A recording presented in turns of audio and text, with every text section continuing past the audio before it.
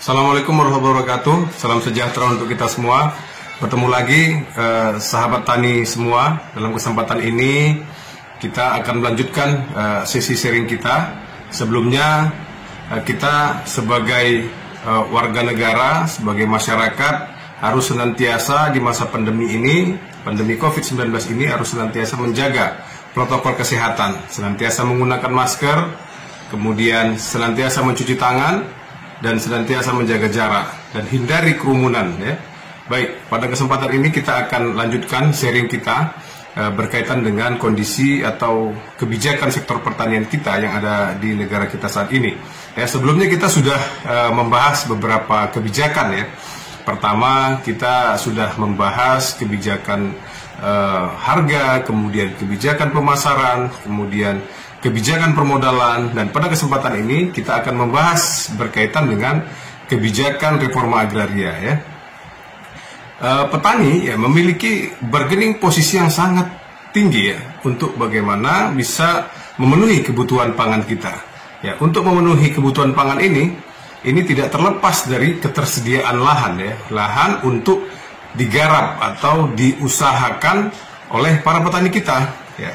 Dalam kondisi ini sering sekali kita dengar berbagai persoalan konflik, ya, konflik lahan, yang mana lahan yang digunakan oleh petani kita untuk melakukan usaha tani ini sering sekali bermasalah dalam status kepemilikan lahannya. Ini yang menjadi persoalan. Inilah yang kita sering sebut bagaimana konflik pertanahan atau konflik agraria ini sering muncul di tengah masyarakat kita, ya, dan ini sangat mengganggu sekali untuk kesinambungan berjalannya tujuan dari pemenuhan kebutuhan pangan kita di masa yang akan datang. Berbicara reforma agraria ini merujuk bagaimana pemerintah dapat melakukan distribusi ulang kepemilikan lahan, khususnya kepada para petani kita, para petani yang selama ini menjadi buruh tani atau selama ini hanya sebatas menggarap lahan yang tidak ketahui kepemilikannya punya siapa, bahkan hanya sebatas menyewa. Ini petani ini bisa dilakukan pendataan untuk mendapatkan lahan, ya, lahan khususnya kepemilikan lahan negara agar dapat digarap oleh petani kita, sehingga petani memiliki posisi tawar yang baik dalam hal kepemilikan lahan, sehingga petani dapat mudah untuk melakukan usaha tani mereka, sebab lahan yang digarap mereka merupakan bahagian dari lahan yang dimiliki oleh mereka sendiri, ya.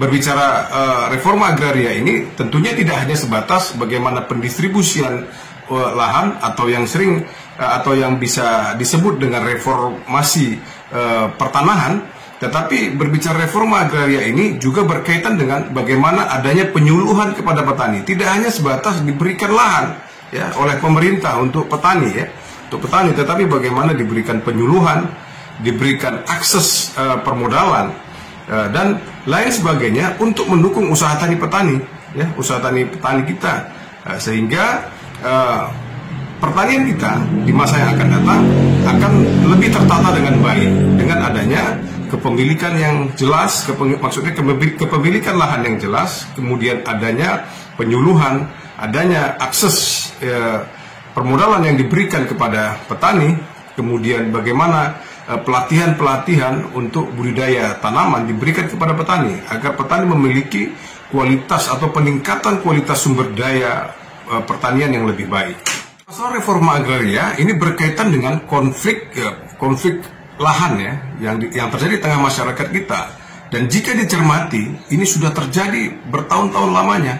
Nah, ini berkaitan dengan banyak sektor, ya, bisa berkaitan dengan sektor tambang, kemudian pertanian, kemudian mineral, air, dan kekayaan sumber daya alam lainnya. Ini menjadi konflik yang berkepanjangan di Republik ini, dan bahkan konflik agraria ini tidak langsung, ya, bisa mengemuka, sebab ini dibalut dengan kebanyakan di daerah dibalut dengan isu-isu sentral kedaerahan, ya, mungkin bisa SARA dan lain sebagainya. Ini sehingga kondisi ini tidak dapat diselesaikan secara mendasar karena ini banyak hal yang memicu sehingga tujuan dari utama untuk penyelesaian konflik ini yakni merupakan konflik lahan atau tanah yang dikuasai oleh masyarakat tertentu ini tidak tercapai, ya, disebabkan isu yang dikemas, ya, untuk persoalan-persoalan agraria di berbagai daerah ini dikemas dengan isu SARA atau isu yang bukan mengenal langsung kepada pokok persoalan, yakni persoalan agraria itu.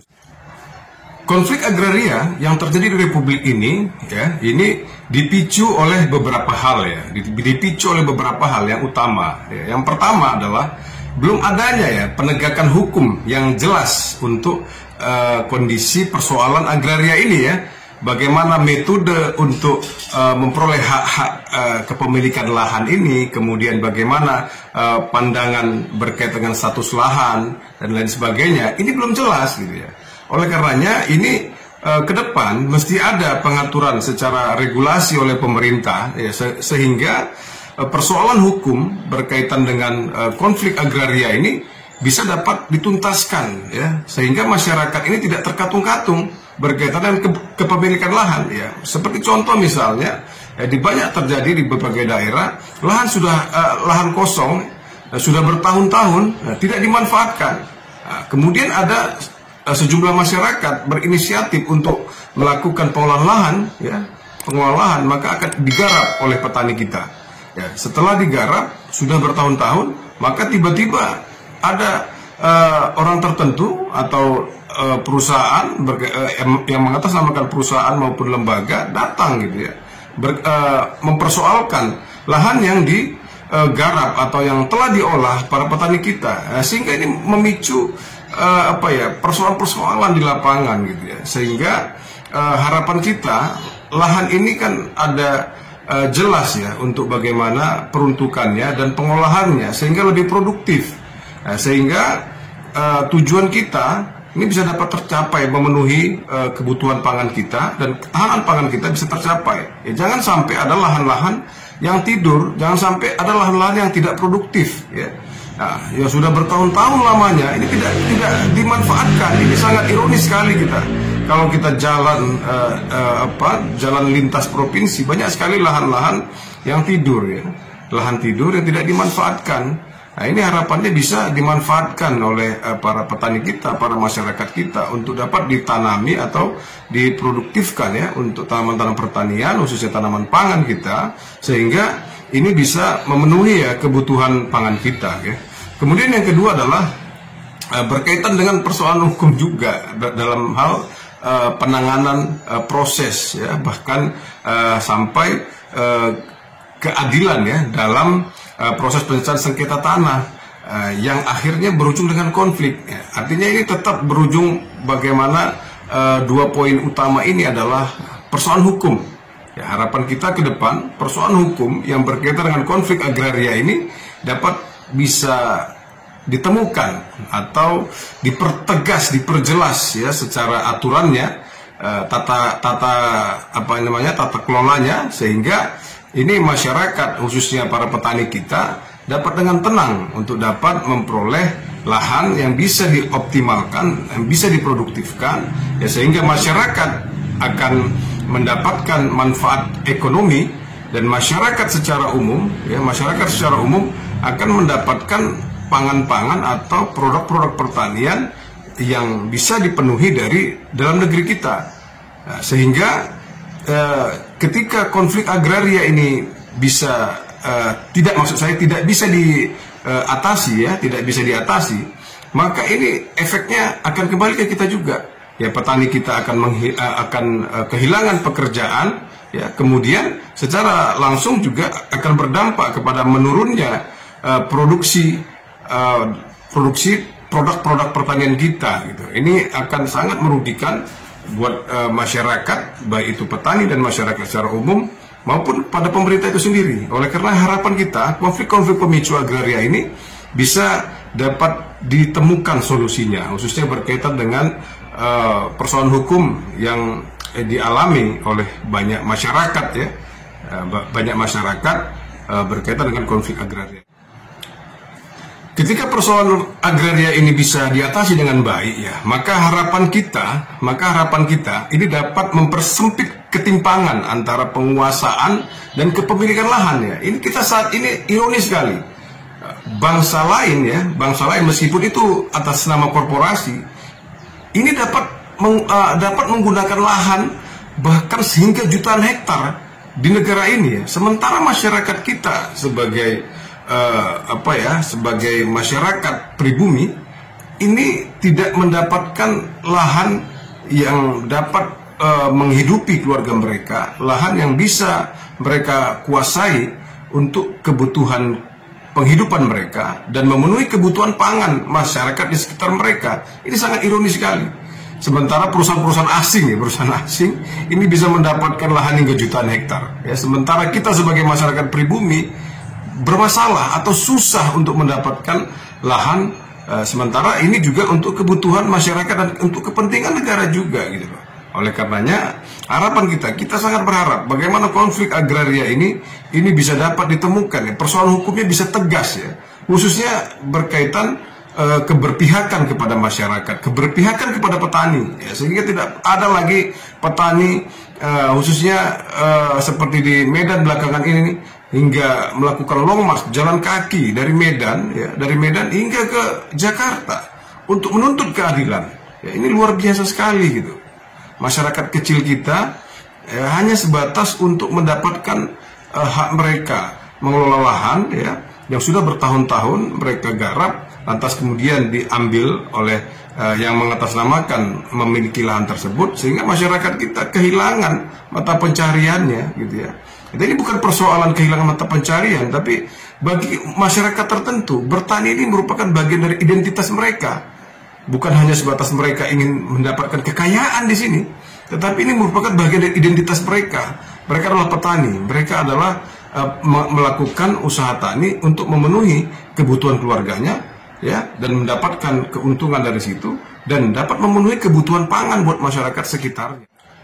Berkaitan dengan kebijakan reforma agraria ya, harapannya dengan adanya diberlakukan kebijakan reforma agraria, maka pemerintah dapat menata ulang kembali struktur kepemilikan lahan kita yang ada di Republik ini ya, sehingga masyarakat kelas kecil atau masyarakat bawah seperti petani, buruh tani ya, buruh, nelayan dan lain sebagainya, ketika mereka memiliki peluang untuk menggarap atau memanfaatkan sejumlah lahan tertentu, maka ini bisa didistribusikan dengan baik oleh pemerintah ya, dengan syarat-syarat tertentu pastinya ya, minimal ya mereka memang betul-betul melakukan aktivitas usaha tani mereka gitu, bukan hanya sebatas melabel dirinya petani tapi tidak melakukan aktivitas usaha tani gitu ya. Nah, jadi harapan kita dengan adanya kebijakan reforma agraria ini, maka pemerintah dapat menata kembali struktur kepemilikan lahan, khususnya kepada masyarakat kecil kita ya. Ini berkaitan dengan kepentingan negara juga. Ketika masyarakat kecil ya, masyarakat menengah ke bawah yang memang melakukan usaha tani di sektor pertanian memiliki lahan dan mereka melakukan aktivitas usaha tani mereka untuk mengoptimalkan lahan tersebut ya, mereka bisa memenuhi kebutuhan pangan, kebutuhan produk-produk pertanian masyarakat sehingga kita bisa lebih mandiri pangan kita. Pertanian kita di masa yang akan datang bisa lebih baik dengan adanya kebijakan reforma agraria ini, karena masyarakat secara umum akan mendapatkan lahan ya yang akan bisa digarap atau diolah untuk menghasilkan komoditi maupun produk-produk pertanian tertentu. Adapun tujuan dari kebijakan reforma agraria ini ya, secara umum ya, ini kita atau negara dapat menata kembali ya, atau dapat mengubah struktur kepemilikan lahan ya dari di tengah masyarakat maksudnya, sehingga ini kepemilikan lahan ini bisa terdistribusi dengan adil dan merata gitu ya, masyarakat kita bisa memiliki aset. Kemudian yang kedua, secara mikro dengan adanya lahan yang dimiliki oleh petani kita misalnya, ya maka mereka akan dapat lebih mandiri, akan lebih produktif dengan aset produksi yang dimiliki oleh mereka, oleh petani misalnya yang telah didistribusikan oleh pemerintah dengan kebijakan reforma agraria ini. Maka petani kita akan lebih produktif ya dengan penggunaan lahan yang telah dimiliki mereka, ya, tanpa perlu lagi khawatir berkaitan dengan kepemilikan lahan misalnya, dan tidak perlu lagi untuk mengeluarkan biaya untuk sewanya gitu. Ini oleh karenanya kebijakan reforma agraria ini sangat bermanfaat sekali buat petani kita. Ya, oleh karenanya kita sangat berharap kebijakan reforma agraria ini bisa dipertimbangkan ya dengan baik dan tepat sasaran serta tepat guna kepada masyarakat kecil kita, khususnya para petani kita, agar petani kita ada peluang untuk meningkatkan kesejahteraan.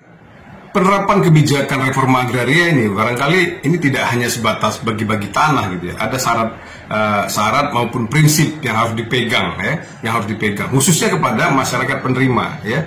Kira-kira ada beberapa prinsip ya yang harus dipegang untuk menjalankan kebijakan reforma agraria ini ya. Yang pertama, tanah yang akan didistribusikan oleh pemerintah misalnya atau yang akan ditata ulang peruntukannya kepada masyarakat melalui pemerintah ini harus ditujukan kepada masyarakat yang memang betul-betul yang akan mengerjakan lahan itu gitu ya.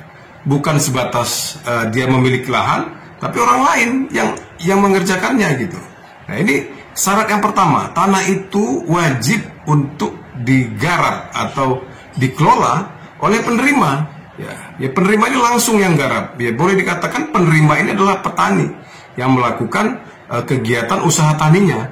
Ya, mau komoditi apapun itu, ini syarat yang utama. Tanah itu harus dikelola oleh penerima tanah itu sendiri, gitu ya, lahan itu sendiri, tanah maupun lahan itu. Gitu. Kemudian yang kedua adalah tanah yang sudah didistribusikan atau lahan yang sudah didistribusikan ini tidak boleh dikomersilkan. Jangan pula sudah dapat lahan itu ini dikomersilkan.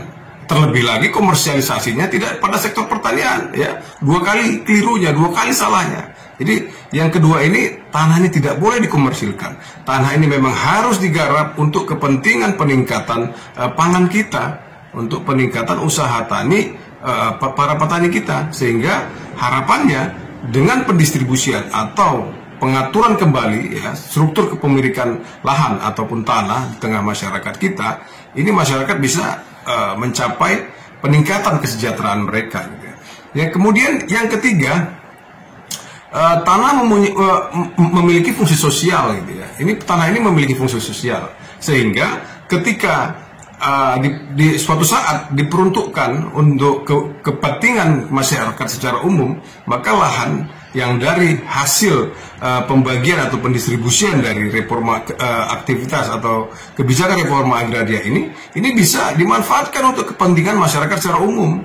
Ya, jadi ini memang untuk memperkuat struktur tatanan di masyarakat kita, sehingga masyarakat yang pertama bisa dengan mudah, dengan tenang untuk melakukan aktivitas usaha taninya ataupun melakukan aktivitas kegiatan mencari nafkah misalnya. Kemudian yang kedua, aktivitas sosialnya ini bisa lebih erat di tengah masyarakat kita dengan adanya distribusi lahan maupun tanah melalui kebijakan reforma agraria yang dilakukan oleh pemerintah. Cara pembangunan di negara maju ini tidak terlepas dari kebijakan reforma agraria seperti yang dilakukan Amerika Serikat pada tahun 1862, yakni pada kepemimpinan Presiden Lincoln.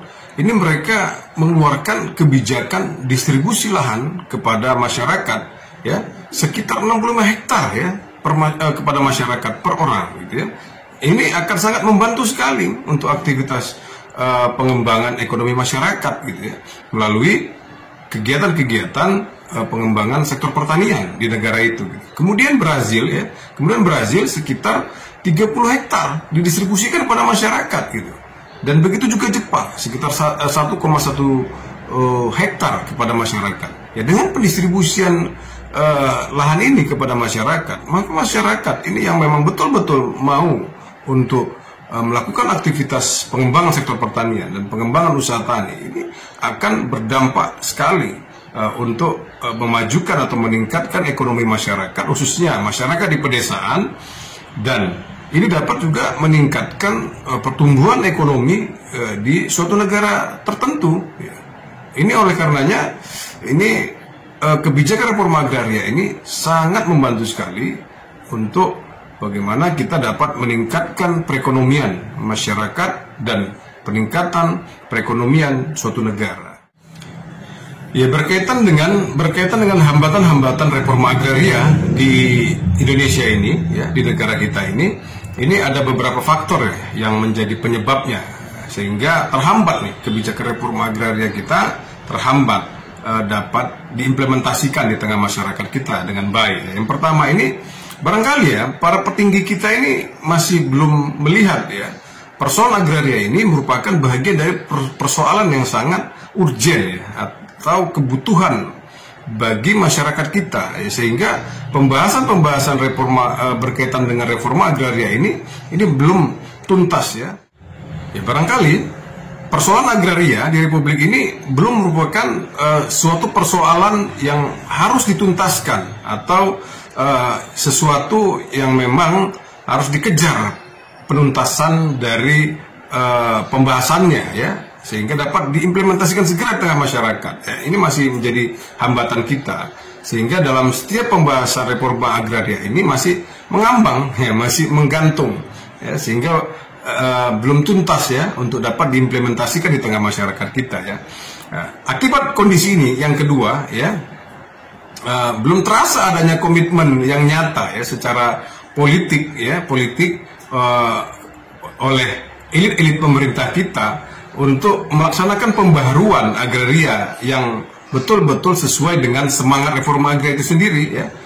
Harusnya rancangan undang-undang agraria sebagaimana pelaksanaan Kepres nomor 34 tahun 2003 ternyata belum melakukan penyempurnaan ya, tapi malah mengubah UUPA atau Undang-Undang Pokok Agraria tahun 1960 ya. Semangat UUPA itu pertama sekali pada saat zaman Orde Lama pada tahun 1960 ya. Semangat ini bahkan tahun 2003 ini malah diubah gitu ya, diubah sehingga tidak mempertajam atau tidak mendukung semangat dari UUPA pada tahun 1960 gitu ya.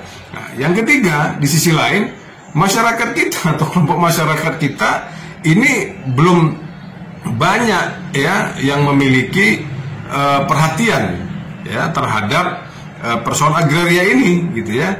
Nah, sehingga banyak terjadi konflik.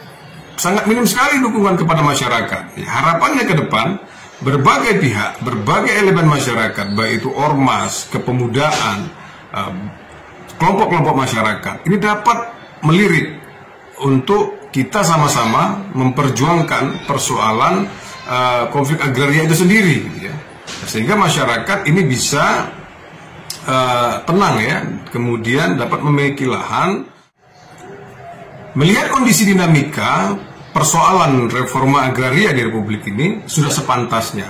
Ayo, para pemerintah kita untuk duduk kembalilah, baik itu eksekutif maupun legislatif, untuk dapat melakukan ya pembahasan yang serius, pembahasan untuk menyempurnakan UUPA kita tahun 1960 ya, sehingga para petani ini dapat ya mendapatkan hak mereka sebagai anak bangsa untuk dapat meningkatkan taraf hidup mereka dengan kepemilikan lahan ya yang dapat didistribusikan melalui kebijakan reforma agraria ini.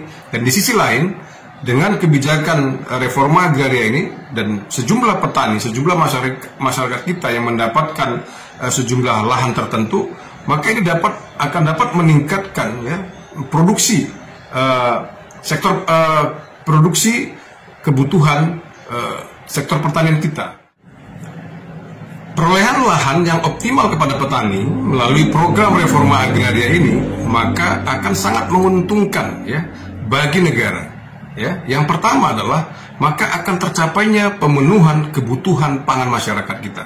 Dengan produktifnya lahan ya yang didistribusikan kepada masyarakat, maka ini dapat menghasilkan berbagai produk pertanian, khususnya tanaman pangan kita, hortikultura kita, sehingga kebutuhan akan pangan kita ini dapat terpenuhi dengan baik, ya, dengan adanya kepemilikan lahan kepada masyarakat yang didistribusikan oleh pemerintah. Yang kedua, maka akan terbuka lapangan pekerjaan, gitu ya.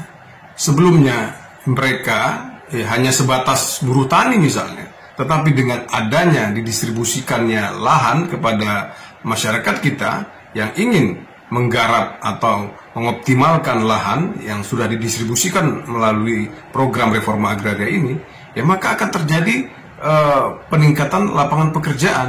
Yang tidak memiliki pekerjaan maka akan mendapatkan pekerjaan. Yang hanya sebatas freelance atau paruh waktu sebagai buruh tani, maka beliau akan mendapatkan pekerjaan yang penuh, ya.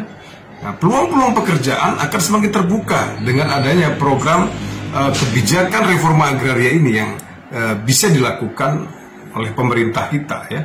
Kemudian yang ketiga, ya, berbicara ketahanan pangan, ini pasti ada dukungan dari swasembada pangan, ya. Maka swasembada pangan kita akan tercapai.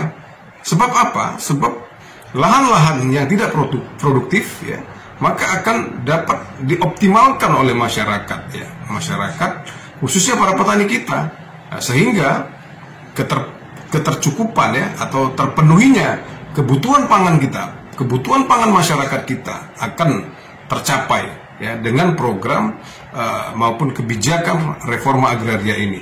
Kemudian yang keempat adalah maka akan terjadi peningkatan pendapatan nasional, ya, dengan adanya distribusi lahan kepada masyarakat, khususnya kepada masyarakat yang memang pelaku usaha tani, ya, ini akan meningkatkan menurunkan angka kemiskinan dan meningkatkan pendapatan masyarakat. Maka ini akan berdampak pada peningkatan pendapatan nasional kita. Ini akan berbanding lurus semuanya. Ini akan dapat menyejahterakan masyarakat dan menyehatkan perekonomian negara juga. Oleh karenanya, yang keempat ini, dengan kebijakan reforma agraria, maka akan meningkatkan pendapatan nasional kita. Ya, berikut yang kelima, dengan adanya kebijakan reforma agraria ini, pastinya akan meningkatkan kesejahteraan petani kita. Ya, petani kita akan sejahtera. Yang selama ini hanya sebatas menyewa, ya, mereka akan berkurang, ya, pengeluaran untuk aktivitas usaha tani mereka. Ya, uang sewa itu bisa menjadi bagian dari pendapatan mereka, penambahan dari pendapatan para petani kita. Ini harapan kita, pastinya harapan pemerintah juga. Bagaimana masyarakat kita ini akan meningkat kesejahteraan, khususnya para petani kita, ya. Nah, karena para petani ini merupakan dari pejuang, ya, pejuang pangan kita, pejuang masyarakat kita untuk memenuhi asupan, ya, asupan bahan pangan untuk memenuhi kebutuhan sehari-hari. Barangkali ini pada kesempatan ini yang dapat saya sharingkan kepada seluruh yang melihat video ini. Terima kasih telah menyaksikan video ini. Mohon maaf, ya, jika ada kekurangan. Sekali lagi kami sampaikan, saat ini kondisi kita masih dalam kondisi pandemi COVID-19.